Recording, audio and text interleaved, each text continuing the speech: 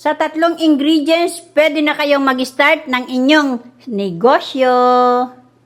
Hello, good morning mga kamamsi ko dyan. Meron tayo dito 3 piraso na hinog na mangga. And then 2 cream densada na chinilid ko siya overnight at 2 din na pack na graham. So let's start mga kamamsi. Slicein muna natin yung ating mangga.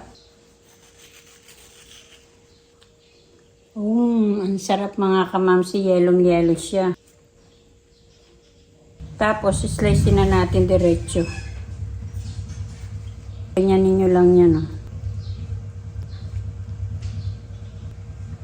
Dito sa amin ngayon, mura yung mangga. Maraming mangga papunta ng summer. Grabe ang mura ng mangga sa amin. Okay na yan mga kamamsi yung ating mangga. So, inopenan ko na rin yung ating kondensada. Lagay na natin yung ating 2 cream densada na chinilid ko siya overnight. Maging responsible po tayo pagkatanggal ng laman ng ating cream densada. Balik nyo po yan para walang masugatan. Ganyan po siya. Then, saka natin hugasan bago natin ilagay sa hindi malata. Gagamit po ako ng electric hand mixer. Diba? Ang tagal-tagal na nitong aking hand mixer, ha? As in talaga. Kaya nangihinayang ako na palitan. Kasi maganda pa siyang gamitin. Hintayin natin siya na ma-double size.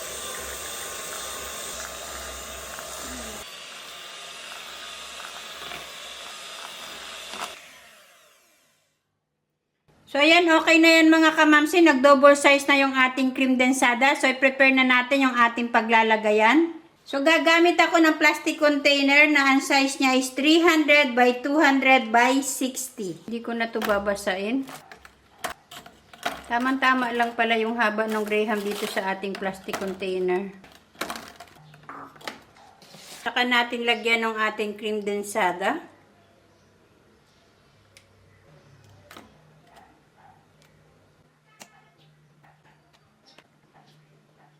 Bali, 10 sandok ang inilagay ko sa ating cream densada muna.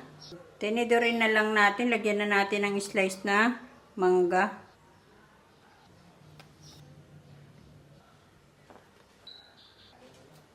Then, isunod naman natin lagyan ng graham. And by the way, pili po kayo ng graham na hindi durog.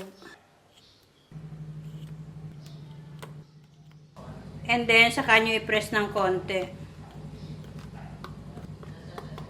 Saka natin takpan.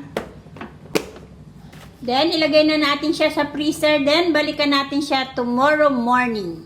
So, okay na to after 1 day. Kinabukasan ko na nga siya tatanggalin. And by the way, 3 ganito ang nagawa ko dun sa ating mixture.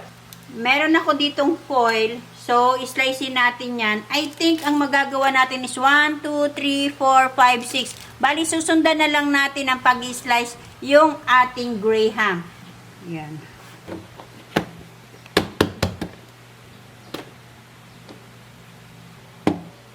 So, ayan na siya mga kamamsi. So, mas maganda, tatanggalin nyo na muna siya dito sa sa lalagyan bago nyo slicein para madali siyang ma-slice. Kasi if doon sa may Tupperware pa, the tendency ay hiwi siya.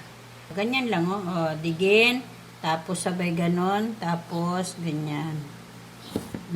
Digin, tapos persa, parang tabingi.